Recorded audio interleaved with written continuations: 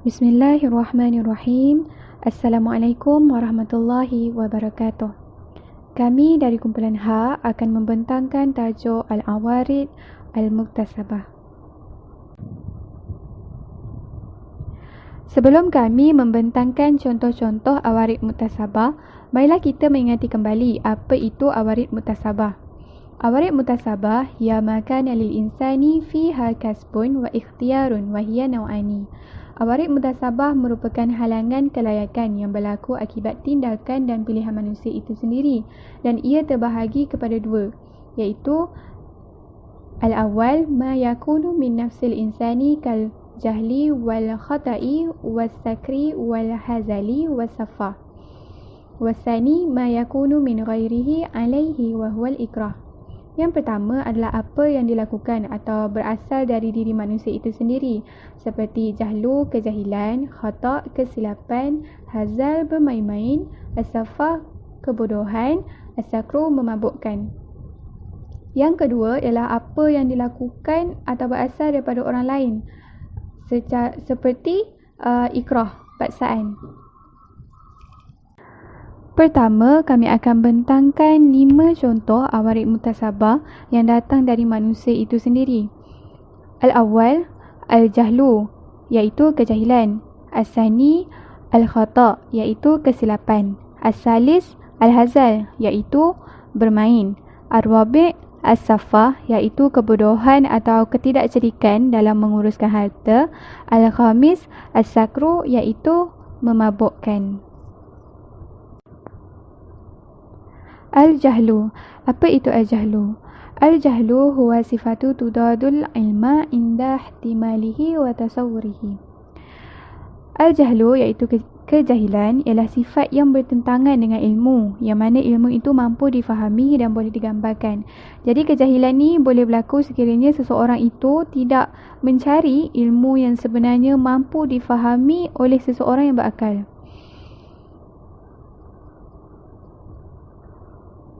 Al-jahlu la yunafi al-ahliyah. Kejahilan tidak menafikan ahliyah, sama ada ahliyah wujud dan ahliyah ada, walaupun ada sifat kejahilan dalam diri seseorang tersebut. Wa innama qad yakunu udhran fi ba'd al-ahwali. Jahil ini boleh diberi keuzuran atau kelonggaran pada beberapa keadaan. Wal jahlu imma an yakunu fi daril islami atau fi ghairi daril islami ay daril harbi. Kejahilan juga boleh berlaku di negara-negara Islam ataupun berlaku pada negara bukan Islam, iaitu yang kita panggil juga negara kafir. Al-jahlu fi daril islami. Kejahilan di negara Islam. Al-jahlu la ya'uddu unzran fi daril islami li'anna al-ilmu fiha mafrud ala ahliha. Jahil ini tidak dianggap sebagai keunsuran dalam negara Islam kerana mengetahui ilmu itu adalah diwajibkan kepada penduduk-penduduk negara Islam. Fala yu'zarul muslimu bi jahlihil ahkama al-amata al-wadihah allati la rukhsah li ahadin fi jahliha. Maka tidak diberi kelonggaran kepada orang Islam yang atas sebab jahil tentang hukum-hukum umum yang jelas yang tak ada kelonggaran kepada seseorang itu untuk tidak mengetahuinya. Wa hiya sabitatu bil kitabi was sunnati wa in aqadal ijma'i.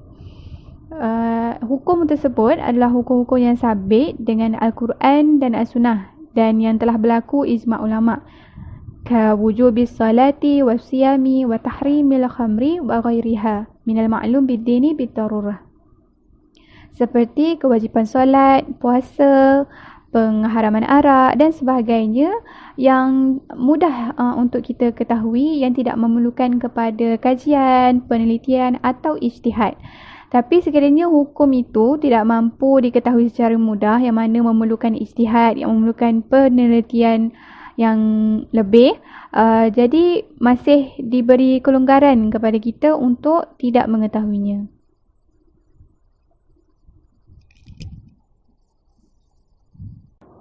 Jadi, Apa yang ingin disampaikan di sini ialah Islam tidak membenarkan sama sekali seseorang yang tinggal dalam lingkungan masyarakat Islam, dalam negara Islam, menjadikan kejahilan sebagai alasan untuk tidak mengetahui hukum hakam Islam.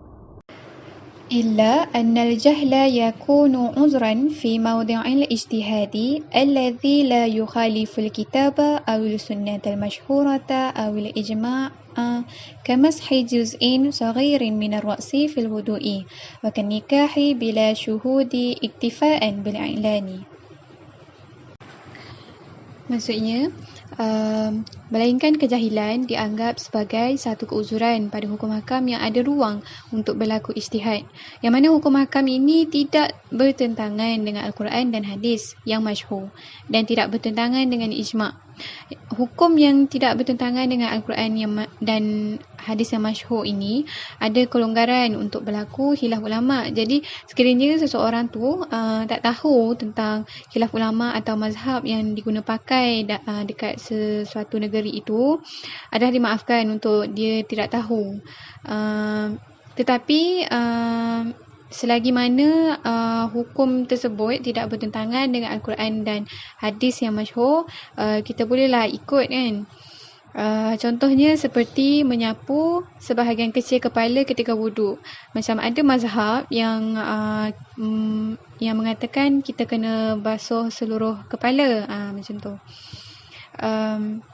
Contoh lain pula adalah seperti nikah tanpa saksi. Sebaliknya, bersandar kepada iklan, iaitu pengumuman bahawa pasangan tersebut sekian-sekian telah berkahwin.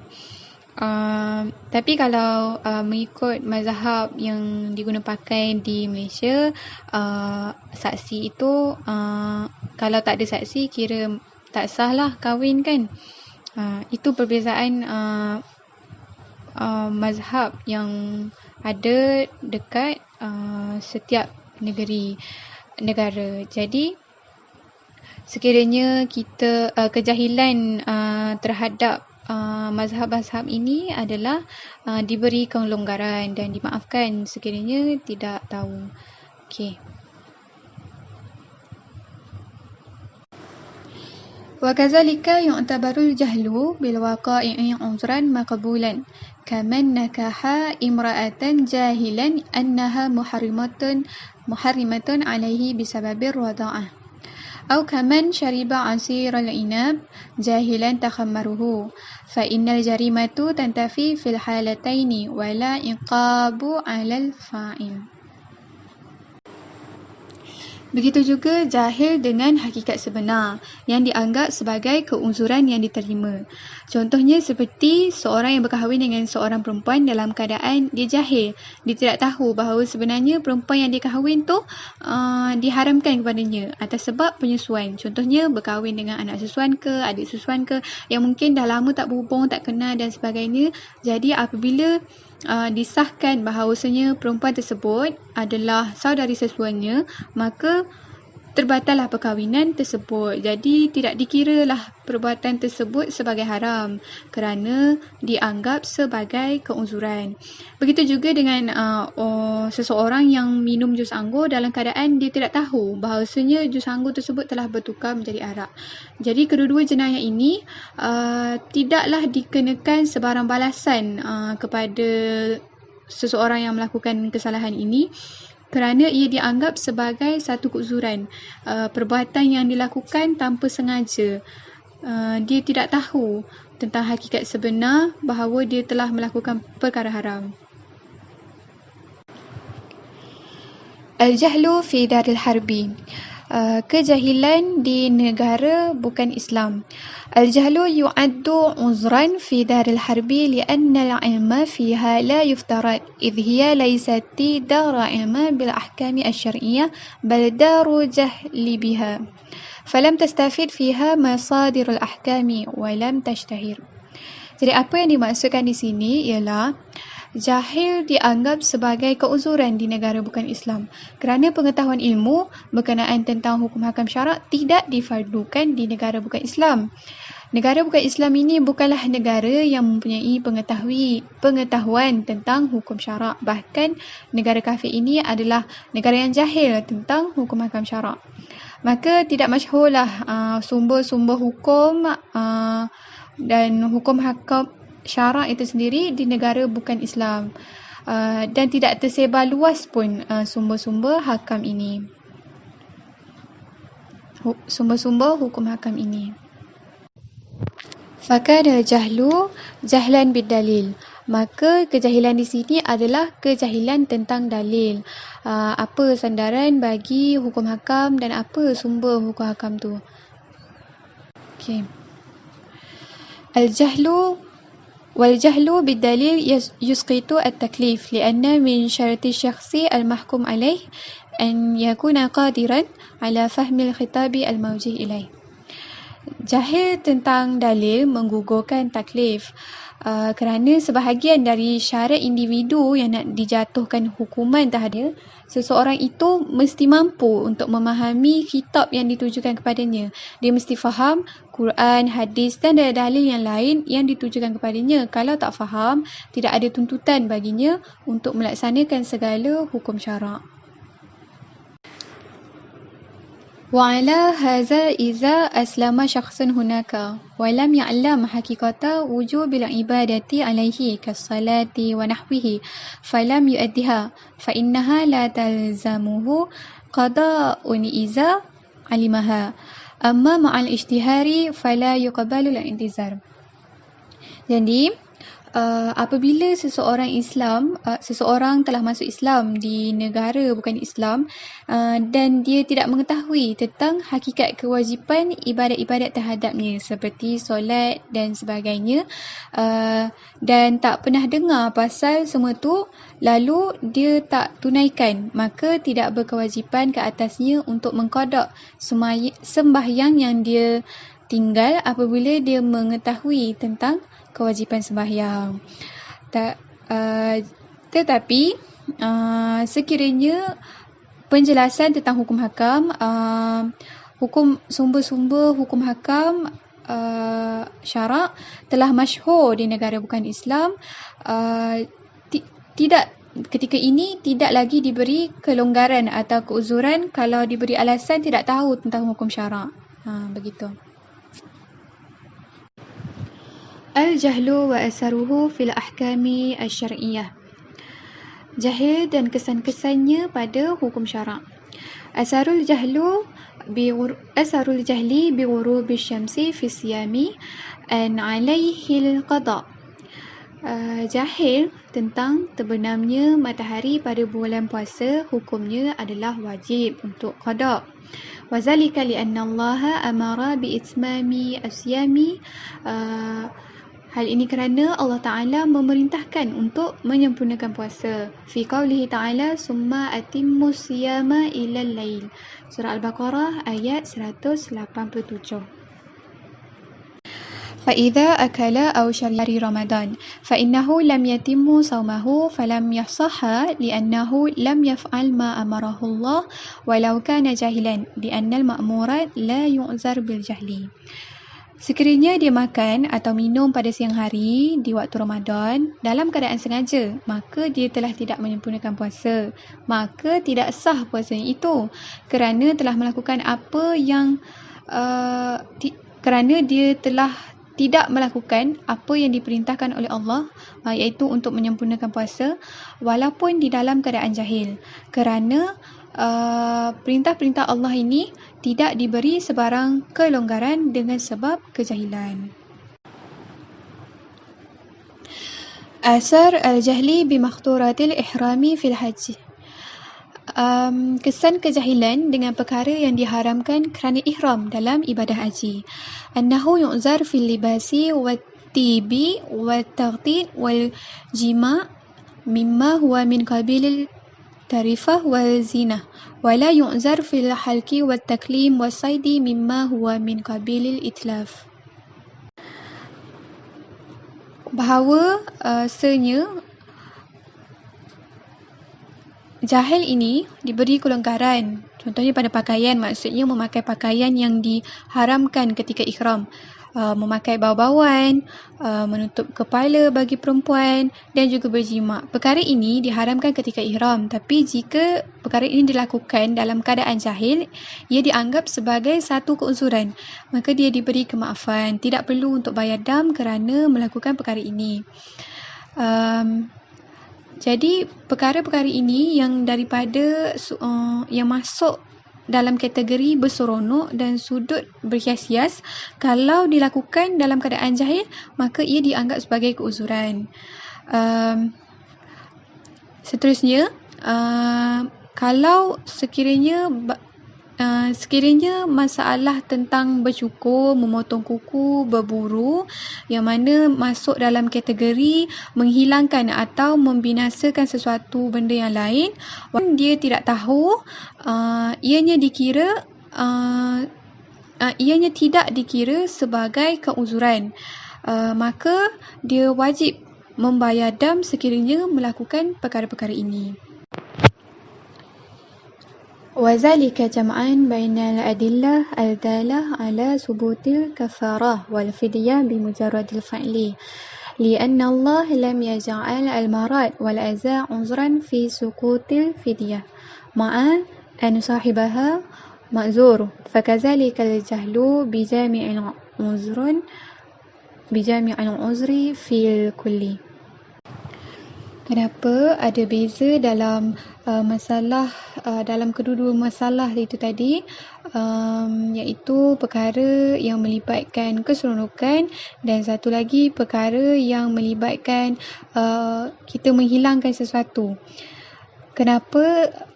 Kerana nak menghimpunkan antara dalil yang menunjukkan atas wajibnya kifarah dan wajibnya bayar dam dengan semata-mata membuatnya, sama ada secara sengaja ataupun tidak sengaja.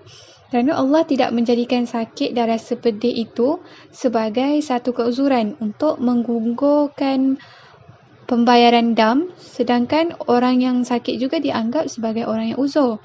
Walaupun rambut selalu gugur disebabkan dia sakit, dia tetap kena bayar dam sebab melakukan perkara yang haram. Maka begitulah persamaan jahil dengan marad ini. Kedua-duanya merupakan keuzuran dan walaupun begitu, kedua-duanya tetap kena bayar dam. Ini adalah dua hadis yang menunjukkan bahawa seolah-olah dua hadis ini bertentangan. Hadis yang pertama iaitu ataitu Rasulullah sallallahu alaihi wasallam faqala udnu fadanautu. Datanglah dekat padaku, lalu aku menghampiri Rasulullah. Faqala ayuzika hawa munrasika, qala Ibnu Aufin wa azunnu qala na'am. Nabi kata, adakah menyakiti engkau haiwan-haiwan yang berada di atas kepala kamu itu? Jadi sahabat Nabi ini Ibnu Aufin berkata, ya, memang aku sakit. Qala fa'amarani bifidyatin min siyamin aw sadaqatin aw nusukin. Jadi Rasulullah menyuruh sahabatnya itu untuk membayar fidyah dengan cara berpuasa atau dengan bersedekah pada fakir miskin atau menyembelih kambing. Jadi kalau lihat di sini, walaupun sahabat Rasulullah itu tadi berada dalam keadaan sakit, Nabi tetap menyuruhnya untuk membayar dam. Jadi jelasnya di sini tidak ada kelonggaran untuk membayar dam. Hadis kedua pula menunjukkan ada kelonggaran. Wa hadisu rajulin ahrama bi umratin wa labisa jabbah ma'atib. Qala Nabi sallallahu alaihi wasallam, amma tib allazi bika faghsilhu salasa marat wa amma jabbah fanza'ha summa isna fil umrati kullama tusna fi hajjika. Falam ya'muruhu sallallahu alaihi wasallam bil fidyah. Hadis kedua ni pula menunjukkan adanya kelonggaran yang mengatakan bahawa yang menceritakan tentang seorang lelaki yang pakai pakaian berjahit dan pakaian berwangi-wangi. Jadi Nabi berkata, Rasulullah SAW berkata, basuhlah 3 kali untuk menghilangkan bau tu, atau buanglah baju itu. Kemudian kamu buatlah dalam umrah seperti mana kamu buat dalam hijrah. Rasulullah di sini tidak menyuruh untuk lelaki itu membayar fidyah. Sedangkan dua perkara ini adalah, iaitu wangi-wangian dan cukur rambut adalah perkara yang diharamkan ketika ihram. Jadi kalau tengok dekat kedua-dua hadis ini, hadis yang pertama berkaitan dengan cukur rambut, Nabi kata kamu perlu bayar dam. Manakala hadis kedua pula Nabi kata untuk berwangi-wangian hanya perlu buang, lepas tu buat umrah macam biasa. Jadi nampak di sini dua hadis ini dihimpunkan. Sebenarnya dua hadis ini tidak berlawanan, kerana kalau tengok cukur rambut itu termasuk dalam kategori perkara yang melibatkan kita menghilangkan sesuatu, manakala wangi-wangian tu pula masuk kategori berhias yang mana ada kelonggaran yang diberikan syarak. Seterusnya, asar al-jahlu bi hurmatil kalam fi salah, iaitu kesan kejahilan tentang pengharaman bercakap di dalam solat. Annaha la tubtilu bihi iza kana yasiran, amma iza kana kasiran fatubtilu salah bihi. Maksudnya bercakap dalam solat dalam keadaan jahil tidak terbatal sekiranya sedikit. Maksudnya tidak batal solat tu kalau kita bercakap sedikit dalam solat dalam keadaan kita jahil. Kalau banyak pula, solat itu terbatal. Tapi kalau kita sengaja cakap, maksudnya tidak dalam keadaan jahil, memang batal lah walaupun kita bercakap sedikit saja. Kalau kita jahil, kalau kita bercakap sedikit, tidak batal. Kalau kita bercakap banyak, maka solat itu terbatal.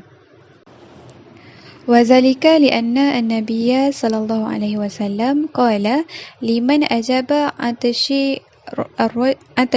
الرجل بقوله يرحمك الله وهو في الصلاة إن هذه الصلاة لا يصلح فيها شيء من كلام الناس إنما هو تسبيح وتكبير وقراءة القرآن فقد نصحه النبي صلى الله عليه وسلم بدون أن أمره بإعادة الصلاة. Jadi di sini maksud Rasulullah berkata sesungguhnya sembahyang ni tidak sesuai padanya percakapan manusia. Yang sesuai hanyalah tasbih dan takbir dan juga pembacaan ayat Quran. Contohnya macam perkataan ya harmukallah, yang mana ia tidak boleh dibawa ke dalam solat sebab itu juga antara percakapan manusia. Jadi berdasarkan percakapan yang sedikit saja ini, Nabi memberi nasihat bahawa kita ulang sembahyang kita. Jadi nampaknya di sini bahawa percakapan yang sedikit diberi kelonggaran kepada kita. Wali'annal kasiru yukhalifu nazma salah falam yusahu al-uzru bihi yukhaliful qalilu minhu. Wali'annal kasiru yukhalifu nazma salah falam yusahu al-uzru bihi yukhaliful qalilu minhu. Okey, kerana banyak itu bertentangan atau mengganggu sistem atau perjalanan solat, maka tidak sah keuzuran dengan percakapan yang panjang. Kalau sedikit, ia tidak mengganggu sembahyang, tapi bila kita cakap banyak dalam solat, ia seolah-olah kita terkeluar daripada sembahyang, maka batallah solat tersebut. Seterusnya, kita beralih pula kepada awarid muktasabah yang kedua, iaitu al-khata'. Maksudnya tersalah atau tersilap. Al-khata' huwa wuqu'ul qawli awil fi'li minal insani ala khilafi ma yuridihi.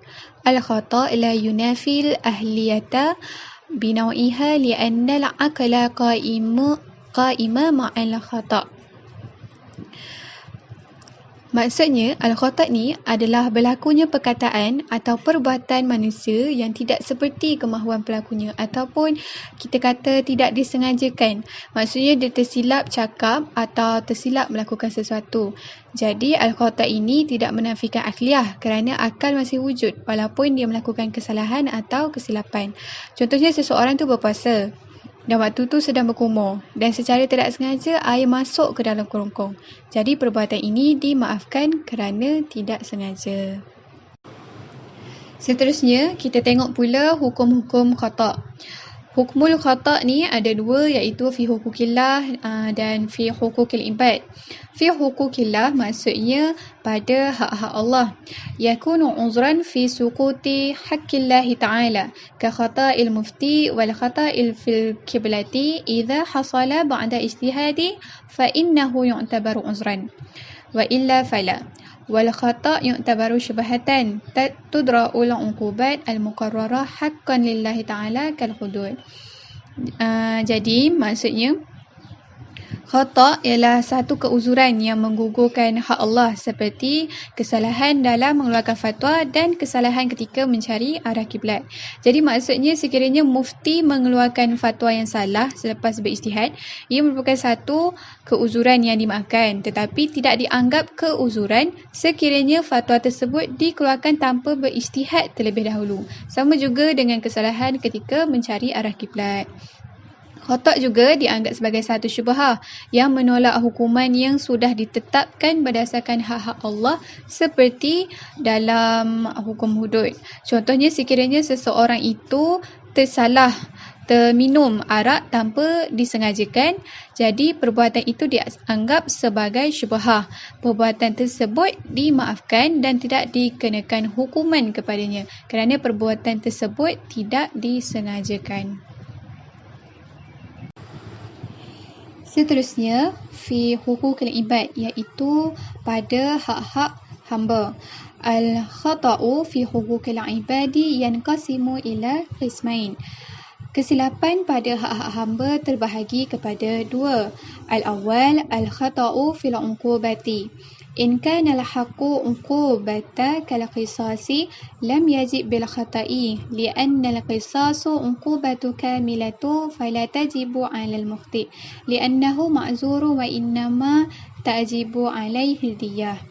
Asani al-khata'u fi huquqil ibadi al-maliyah كإتلاف المال الغير خطأ فإن الضمان يجب ولا يكون الخطأ عذرا لدفع الضمان صيانة للمال من الإهدار ولأنه بدل مالا لا جزاء فعله. Jadi, apa yang dimaksudkan ialah yang pertama ialah kesilapan pada hak jenayah atau denda. Maksudnya di sini sekiranya melakukan perbuatan secara tidak sengaja yang melibatkan hak jenayah atau denda seperti qisas, contohnya membunuh tanpa sengaja, maka dia tidak wajib dikenakan hukuman qisas dan boleh dimaafkan. Namun demikian dia dikenakan bayaran diat ganti kepada nyawa yang telah hilang. Yang kedua pula ialah kesilapan terhadap hak-hak hamba yang berkaitan dengan harta benda. Jadi secara ringkasnya apa yang ingin dimaksudkan ialah sekiranya seseorang yang melakukan kerosakan ke atas harta orang lain, maka dia wajib membayar ganti rugi sebagai ganti kepada harta yang telah dirosakkannya. Ini kerana alasan ketidaksengajaan yang diberikan oleh pelaku tersebut dalam melakukan sesuatu tindakan seperti ini tidak dikira sebagai satu keuzuran, maka alasan ketidaksengajaan ini ditolak. Wa ammal khata'u fil muamalati fa fihi khilafu fal ba'du ya'tabiru al khata'a uzran yamna'u min in'aqadil tasarruf wal ba'du la ya'tabiruhu uzran. Adapun kesalahan dalam muamalat iaitu hubungan sesama manusia yang juga melibatkan hak-hak hamba, terdapat khilaf ulama. Sebahagian ulama mengatakan khata' ni dianggap sebagai keuzuran yang mana menegah berlakunya sesuatu urusan, dan sebahagiannya pula tidak tidak menganggap khata ini sebagai keuzuran. Warrajih adamu tibari af'ali wa aqwalil mukhti'. Pandangan yang rajih mengatakan tidak diambil kira perbuatan dan perkataan seseorang yang salah, iaitu yang membuat kesilapan atau kesalahan. Kaman arada an yaqula isqini fajara lisanuhu ala anti talik fala yu'tabaru at-talaq sahihan li'adami wujudil qasdi as-sahih qiyasan ala talaq an-naim wal maghma alaih. Wala yan'aqidu aidan bai'ul mukhti' kama iza jara ala lisanihi lafzul bai'i khata'an bila qasdin faqabilahu al-mushtari fala yan'aqidul bai'u wala yatarattabu alaihi atharuhu. Jadi apa yang dimaksudkan di sini, pandangan rajih mengatakan tidak diambil kira perbuatan dan perkataan seseorang yang salah, yang buat kesilapan atau kesalahan. Jadi seperti mana seseorang yang menyuruh isterinya untuk menuang air tapi tersalah sebut, kamu diceraikan, maka tidak diambil kira talak tersebut kerana dia tidak sengaja. Perbuatan itu dilakukan tidak sengaja, tak ada niat yang betul. Jadi talak ini dikiaskan kepada talak yang berlaku dalam keadaan orang yang dalam tidur dan juga orang yang dalam keadaan pitam. Jadi talak ini tidak dikira. Jual beli juga, jual beli yang tersalah juga tidak terjadi. Contohnya, sekiranya terlepas kata untuk jual satu barang secara tersalah, maksudnya tersalah harga ke tanpa ada niat, walaupun mushtari menerima jual beli, tapi jual beli itu tetap tidak terjadi. Jadi berdasarkan pandangan yang rajih ini, kesilapan yang dilakukan dalam muamalat juga dianggap sebagai suatu keuzuran. Jadi segala muamalat itu tidak berlaku. Kesalahan itu perlulah diperbetulkan. Awarid al-mutasabah yang ketiga adalah al-hazal. Al-hazal huwa al-la'bu wa huwa an yuradu bisyai'i ma lam yud'u lahu. Al-hazal la yunafi ahliyatul wujub awil ada'. Al-hazal adalah sikap yang suka bermain-main, di mana seseorang itu apa yang disampaikan itu maknanya tidak tetap, maknanya tidak jelas. Apa yang dicakap lain dengan apa yang dimaksudkan sebenarnya. Jadi al-hazal ini tidak menafikan keahlian seseorang kerana seseorang itu masih berakal dan baligh. Contohnya, mislu an-nikah wa talaq wa ruj'ah. Di qauli Nabi SAW, thalathun jidduhunna jiddun wa hazluhunna jiddun, an-nikah wa talaq wa ruj'ah. Rawahu Abu Daud wa Tirmizi wa Ibnu Majah. Jadi contoh-contoh suka bermain-main ini adalah bermain-main dengan akad nikah, bermain-main dengan talak, bermain-main dengan rujuk. Seperti mana sabda Nabi SAW, ada 3 benda yang mana jika bermain-main pun bendanya tetap akan berlaku. Iaitu pertama nikah, talak dan rujuk. Okey, sama juga dengan bermain-main dengan murtad. Wa mithlu al-hazal bir-riddah. Qala Allah Ta'ala, wa la in sa'altahum la yaqulunna innama kunna nakhudu wa nal'ab qul abillahi wa ayatihi wa rasulihi kuntum tastahzi'un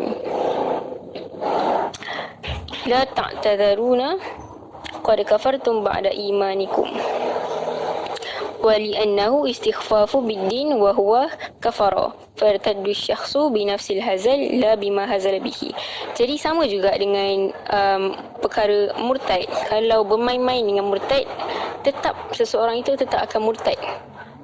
Kerana seperti mana yang diriwayatkan, seperti mana yang dikatakan oleh Allah SWT dalam Quran, jika ditanyakan kepada mereka,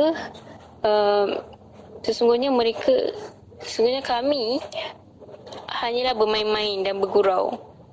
Katakanlah, adakah dengan Allah dan ayat-ayatnya serta Rasulnya kamu hendak bermain-main?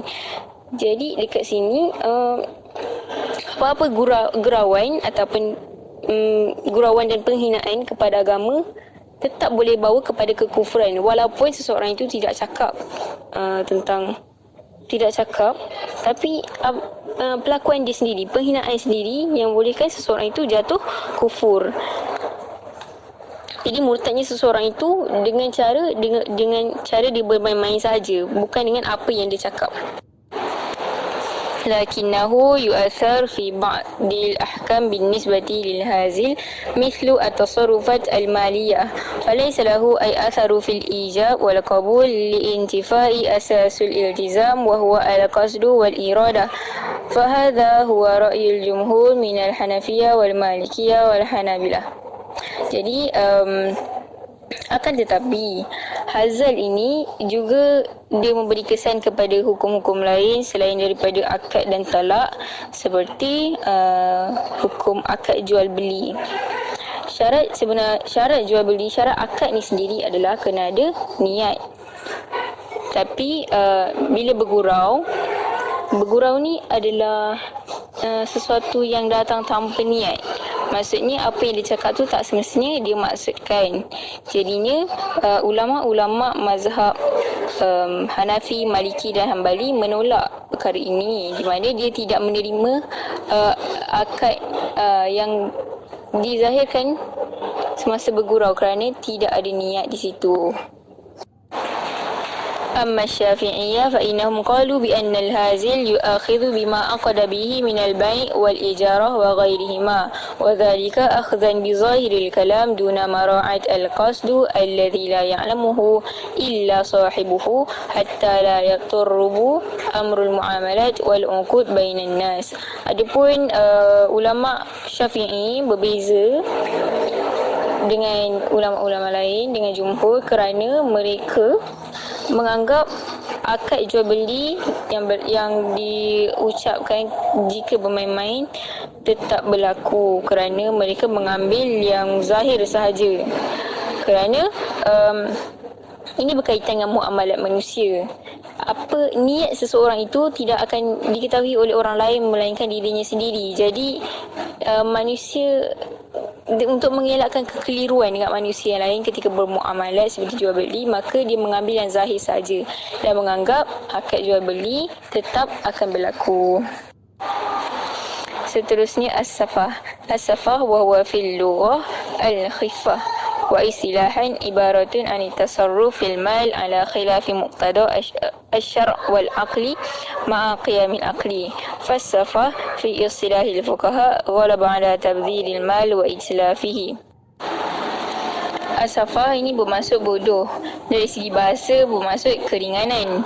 Dari segi istilah ia diibaratkan dengan kebodohan dalam menguruskan harta, di mana seseorang itu melakukan pembaziran harta pada jalan yang tidak sepatutnya, mengurus harta tanpa mengikut syarak, mengikut apa yang dituntut syarak, seperti membelanjakan harta pada jalan sepatutnya, membelanjakan harta dengan berhemah, dengan berjimat cermat. Dari segi istilah fuqaha, seseorang ini yang safah ini lebih teruk daripada tidak pandai mengurus harta, dan ianya lebih kepada pembaziran. حكم السفه. السفه لا ينافي الأهلية ولا يمنع شيئا من أحكام الشرع، فيذل السفيه أهلا لمباشرة التصرفات ومطالبا بأداء العبادات، إلا أنه يؤثر في بعض الأحكام ويظهر في مسألة دفع المال لمن بلغ سفيها وفي الحجر على السفيه. السفة وهو في اللغة الخفة، واصطلاحا عبارة عن التصرف في المال على خلاف مقتضى الشرع والعقل مع قيام العقل. فالسفة في اصطلاح الفقهاء غلب على تبذير المال وإتلافه. As-safah adalah bodoh. Dari segi bahasa maksud keringanan. Dari segi istilah ia diibaratkan dengan kebodohan dalam menguruskan harta, di mana dia menguruskan harta pada jalan yang tidak sepatutnya. Menguruskan harta tidak mengikut syarak, seperti apa yang dituntut oleh syarak, iaitu menguruskan harta dengan cara yang berhemah, menguruskan harta dengan cara yang berjimat cermat, Okay, jadi as-safa dari segi istilah fuqaha, ia lebih daripada tidak pandai menguruskan harta. Hukmus safah, as-safah la yunafi al-ahliyah wa la yamna' syai'an min ahkami syar' fayazillu as-safih ahlan li mubashirati at-tasarrufat wa mutalaban bi ada'il ibadat. إلا أنه يؤثر في بعض الأحكام ويظهر في مسألة دفع المال لمن بلغ سفيها وفي الحجر على السفيه فقد أجمع العلماء أن الصبي إذا بلغ سفيها يمنع منه ماله لقوله تعالى ولا تؤتوا السفهاء أموالكم التي جعل الله لكم قياما. Jadi hukum as-safah ni tidak menafikan keahlian kerana akal masih wujud dan ia tidak menghalang seseorang itu daripada hukum-hukum syarak yang lain. Seperti ibadah, seperti menunaikan ibadah, dia masih wajib melakukan ibadah-ibadah yang lain, melainkan ibadah yang melibatkan pengurusan harta. Dan sekiranya dia sudah baligh tetapi masih tidak pandai menguruskan harta, jadi dia tidak boleh mengurus harta sendiri selagi ada safah dalam diri itu. Seperti mana dalil dari Al-Quran, janganlah engkau berikan orang-orang yang bodoh dalam menguruskan harta ni harta-harta mereka sehingga mereka pandai menguruskan harta. Jadinya walaupun seseorang itu sudah balik tetapi masih ada safah dalam diri, maka dia tidak boleh menguruskan harta dan kita tidak wajib untuk memberikan untuk membenarkan dia menguruskan hartanya sendiri. وقال أبو حنيفة لا يجوز الحجر على السفيه إذا أصبح راشدا ببلوغ 25 سنة فيسكت حينئذ منع المال عنه لقوله تعالى فإن آنستم منهم رشدا فادفعوا إليهم أموالهم ولأنه إهدار لأهلية الحر وعبارته وإلحاقه بالبهائم. Jadi terdapat beberapa pendapat ulama-ulama di mana sampai bila seseorang yang bodoh dalam menguruskan harta ini akan disekat daripada menerima hartanya. Jadi kata Abu Hanifah, tidak harus bagi seseorang itu menyekat harta orang yang bodoh menguruskan harta ini as-safi sehingga umurnya mencapai 25 tahun. Maka ketika umur 25 tahun tu dia perlu memberikan as-safi untuk menguruskan hartanya sendiri. Seperti mana firman Allah SWT ketika mana seseorang as-safi itu mencapai tahap kebijaksanaannya, maka berikanlah mereka harta-harta mereka. Kerana ini diumpamakan seperti orang yang merdeka. Jadi kita tidak boleh menghalang orang-orang yang merdeka untuk bebas kerana ini diibaratkan seperti menyamakan mereka dengan binatang-binatang ternakan. Ini merupakan hinaan kepada orang-orang yang as-safi kerana tidak diberikan harta sehingga mencapai umur yang selayaknya seperti iaitu 25 tahun.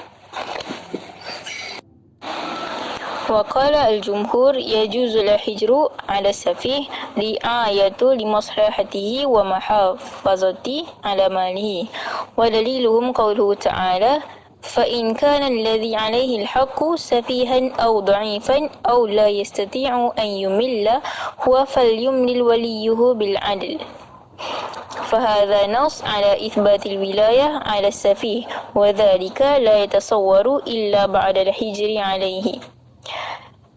Namun begitu, pendapat jumhur mengatakan bahawa harus menahan as-safih ini harta-harta mereka demi untuk menjaga maslahah dan mengelakkan pembaziran dalam menguruskan harta.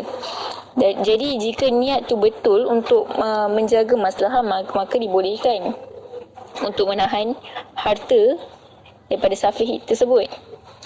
Jadi menurut dalil yang diberikan tadi, orang-orang yang masih safi ataupun yang lemah atau tidak mampu menguruskan harta, maka seorang wali perlu mewakilkan diri untuknya.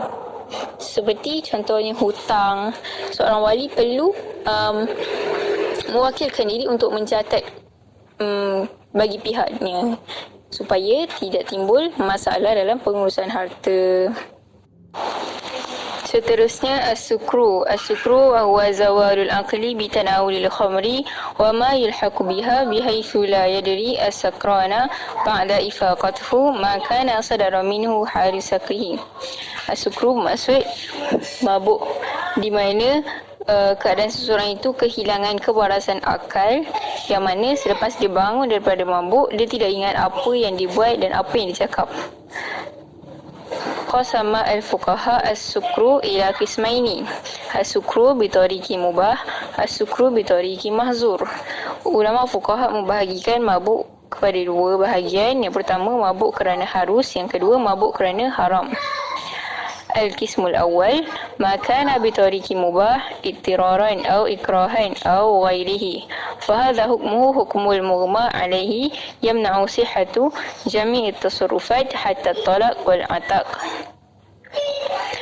Bahagian pertama yang mana mabuk kerana harus, di mana dia mengambil sesuatu yang memabukkan ataupun arak ketika darurat ataupun dipaksa ataupun terpaksa, ataupun memakan ubat yang boleh menyebabkan mabuk. Dan hukum di sini adalah seperti hukum orang yang pingsan, yang mana dia tidak sedar apa yang dilakukan ketika mabuk. Termasuk juga lafaz talak. Talak tidak akan dikira kerana mengambil hukum pingsan. Al-qismus tsani as-sukru bi tariqi mahzur.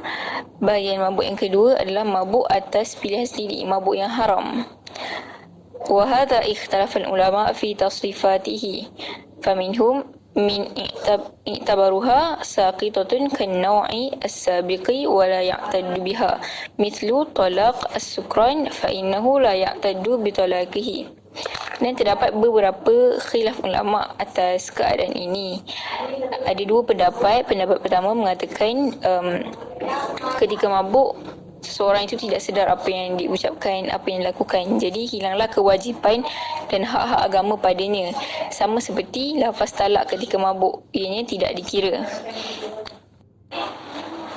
ومنهم من اعتد بأفعاله وأقواله وأن يعتبرها صحيحة ويلزم السكران بكل الأحكام الشرعية وتصح عبارته كلها لأن السكر لا يعدم العقل وإنما يفوت قدرة فهم الخطاب بسببه ومعصية فيجعل فيه حكم الموجود rijzan alaihi wa uqubatun ala sakrihi wa huwa qaulul jumhur. Dan ada pun pendapat kedua mengatakan bahawa orang yang mabuk ini tetap akan diambil kira perbuatan tersebut, perbuatan yang dilakukan ketika mabuk, dan hukum-hukum syarak tetap akan dikenakan kerana akal masih wujud dan ini tidak menghilangkan kemampuannya untuk menunaikan kewajipan. Dan sekiranya seseorang itu mabuk kerana tujuan maksiat, maka dia akan dihukum juga sebagai amaran kepadanya. Dan dia juga akan menerima hukuman kerana mabuk. والراجح هو القول الأول بعدم الاعتداد بجميع أقوال السكران بطريق محظور مع مؤاخذته على جرائمه لأن السكر يذهب بالإرادة والقصد كالجنون فتبطل معه الإبارة ولا يترتب عليها الالتزام. Dan pandangan rajih adalah pandangan yang pertama, iaitu segala perbuatan dan percakapannya ketika mabuk tidak akan diambil kira, akan tetapi seseorang itu akan tetap dikira salah kerana meminum arak, iaitu contohnya sebat 40 kali. Jadi seseorang ini tetap akan dihukum kerana meminum arak, tetapi jika dia melakukan kesalahan-kesalahan lain ketika mabuk, dia tidak akan dihukum. Segala ucapan-ucapan yang dilakukan ketika mabuk akan terbatal, seperti akad jual beli ataupun tolak, semuanya akan terbatal dan tidak mendatangkan kesan. Seterusnya awarid muktasabah al-ikrah ma yakunu min ghairihi alaihi wa huwa al-ikrah. Al-ikrah adalah paksaan yang mana paksaan ini bukan datang dari diri sendiri tetapi datang dari orang lain. Al-ikrah الإكراه من العوارض المكتسبة لا من فعل الإنسان بنفسه ولكن من فعل الغير به، وهو حمل الغير على أن يفعل ما لا يرضاه ولا يختار مباشرته لو خلا نفسه. Al-ikrah adalah paksaan yang mana paksaan ini bukan datang dari diri sendiri, dan paksaan ini adalah apabila seseorang memaksa orang lain untuk melakukan apa yang dia tidak redha ataupun apa yang bukan pilihan dia sendiri. Al-ikrah naw'an. Awalan, al-ikrah al-mulji kamil. Al-thani, al-ikrah ghairul mulji naqis. Jadi ikrah ni terbahagi kepada dua, iaitu ikrah mulji, iaitu yang sempurna. Yang kedua, ikrah ghairul mulji, yang tidak sempurna. Al-farqu bainal ikrah al-mulji wal ghairu mulji. Jadi apa beza antara ikrah mulji dan ikrah ghairul mulji? Al-ikrah al-mulji wa huwa alladhi yakunu at-tahdid bi itlafi an-nafs aw bi adwi minha, wa minhu at-tahdid bi itlafi jami'il mal aw bi qatli man yuhimmu al-insan amruhu. وسمي هذا الإكراه ملجأ لأنه يلجئ المكره إلى مباشرة الفعل خوفا من فوات النفس أو العدو، وهو يفسد الاختيار ويعدم الرضا. Jadi paksaan ikrah mulji ni adalah paksaan yang mana datang dengan amaran untuk amaran dalam bentuk yang membahayakan diri, yang membinasakan diri, merosakkan anggota badan, seperti membunuh ataupun pukulan yang kuat sehingga dapat merosakkan fizikal. Jadi ia dinamakan mulji kerana paksaan ini mendesak orang lain untuk melakukan sesuatu sehingga orang lain berasa takut dan merasa ancaman itu benar-benar berlaku. الإكراه غير الملجئ وهو الذي لا يكون بتهديد إتلاف النفس أو عدوى منها، ومثاله الضرب الذي لا يخاف على نفسه التلف أو القيد أو الحبس لمدة، وهو لا يفسد الاختيار ولكن يعدم الرضا. Al-ikrah ghairul mulji ni pula adalah paksaan yang tidak melibatkan amaran ataupun ancaman dalam bentuk pembunuhan ataupun kerosakan anggota badan. Contohnya pukulan ringan ataupun ancaman untuk diikat ataupun kurungan. Walau bagaimanapun, paksaan ini juga menghilangkan keredaan seseorang untuk melakukan sesuatu, tetapi seseorang yang dipaksa itu juga terdapat alternatif lain untuk lari daripada paksaan tersebut. حكم الإكراه الإكراه لا ينافي الأهلية بنوعها لأنها ثابتة بالذمة والعقل والبلوغ ولكنه يغير بعض أحكامه. Hukum paksaan ini adalah dia tidak menafikan keahlian seseorang kerana masih berakal dan baligh, tetapi ia mengubah sesetengah hukum. فالإكراه غير الملجئ لا يمنع التكليف عند الجمهور، أما الإكراه الملجئ فاتفقوا على أنه يمنع التكليف بفعل الأمر المكروه عليه. Adapun paksaan ghairu mulji ni adalah masih dikenakan hukuman, tetapi ia tidaklah seberat hudud kerana hudud tidak menerima perkara syubhah. Paksaan mulji ni pula tidak akan dikenakan pentaklifan ke atasnya, melainkan beberapa situasi yang dapat mengubah hukum. فلو أكره شخص على شرب الخمر فإنه يفترض عليه الإقدام على ما أكره عليه حتى لو صبر ولم يشرب حتى قتل يعاقب عليه لثبوت الإباحة في حقه في هذه الحالة. وكذلك الإكراه على أكل الميتة والخمر والخنزير، ولكن لا يجوز الإقدام بالقتل أو الجرح أو الإتلاف بمال المسلم أو الزنا وإن أكره عليه بفعل هذه الأشياء. وإن صبر الشخص على الإكراه بكلمة الكفر وقتل صار شهيدا. وكذلك إن صبر على الإكراه بالقتل أو الجرح أو الإتلاف أو الزنا وقتل صار شهيدا. Jadi terdapat beberapa situasi yang mana ia akan mengubah hukum. Yang pertama, sekiranya seseorang itu dipaksa untuk minum arak, maka wajib baginya untuk minum arak. jika dia dibunuh kerana tidak minum arak, maka berdosa baginya. Sama juga dengan jika seseorang itu dipaksa untuk memakan bangkai, daging babi dan sebagainya, maka wajib baginya untuk makan bangkai dan daging babi.